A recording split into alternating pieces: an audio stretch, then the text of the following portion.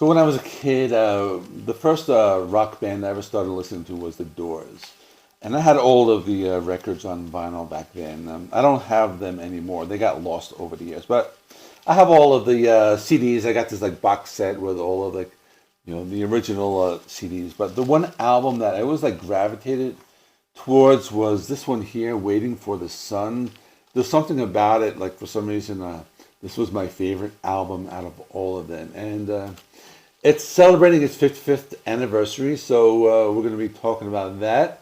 It was released on July 3rd, 1968. This is their third studio album, and I'm going to give you some facts about the album. So, for example, during the recording of this album, they faced like several challenges, especially with Jim Morrison. He was struggling with alcoholism. But let's get more into it. Let's talk about the tracks. So here's the track listing. Might be hard to see, but it's side one and two. So side one, we have "Hello, I Love You."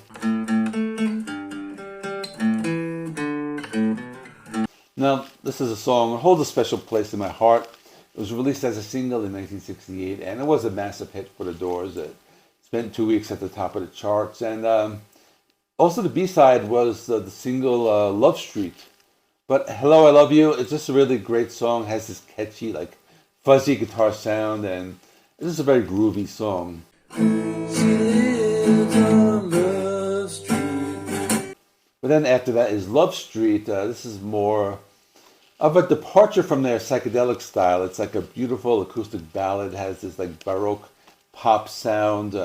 Jim Morrison wrote the lyrics as a dedication to his girlfriend at the time, Pamela Corson, and it's just a very mesmerizing piece. Then we have my favorite song, "Not to Touch the Earth." Run with me, run with me. Now, this was originally part of like a larger performance piece called "Celebration of the Lizard." The band played live on several occasions, and only a portion of this song was made into this song on the album called "Not to Touch the Earth." And this is just a song that captures like acid rock, psychedelic rock, and like an avant-garde sound.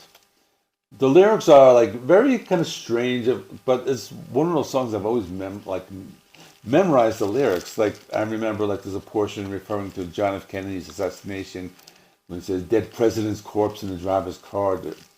And as a kid, I was very fascinated by the song. It's also kind of like a scary kind of song. I was like, you used to always listen to it and maybe like run away at certain points of the song. That's why I really love about it. Then we have "Summer's Almost Gone." Has like this dreamy quality to it, kind of relaxing piano and poetic lyrics, and it's just a perfect song for like these nostalgic moments, and it kind of transports you back into that time. Then we have "Wintertime Love." It's an upbeat song. It's a song that always brings a smile to my face. It has this carnival music vibe and an uplifting feel, and it's the kind of song that you just want to like tap your feet and once you listen to it. Now on side two, which would be the track listing here, we have "The Unknown Soldier."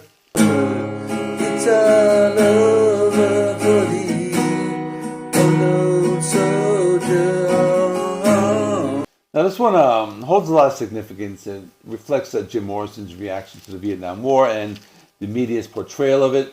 It's one of Doors' most like complex recordings. It has a mix of instruments. It has a drill sergeant interlude, and it's just a very thought-provoking song. Then we have "Spanish Caravan." It's a really beautiful acoustic-driven guitar track, and Jim Morrison's vocals really shine in the short verse section. The second half is more of like a psychedelic type of sounds with spacey sounds, and just a real musical adventure. "My Wild Love" is probably my least favorite song of the album. I think it just brings it down a little bit.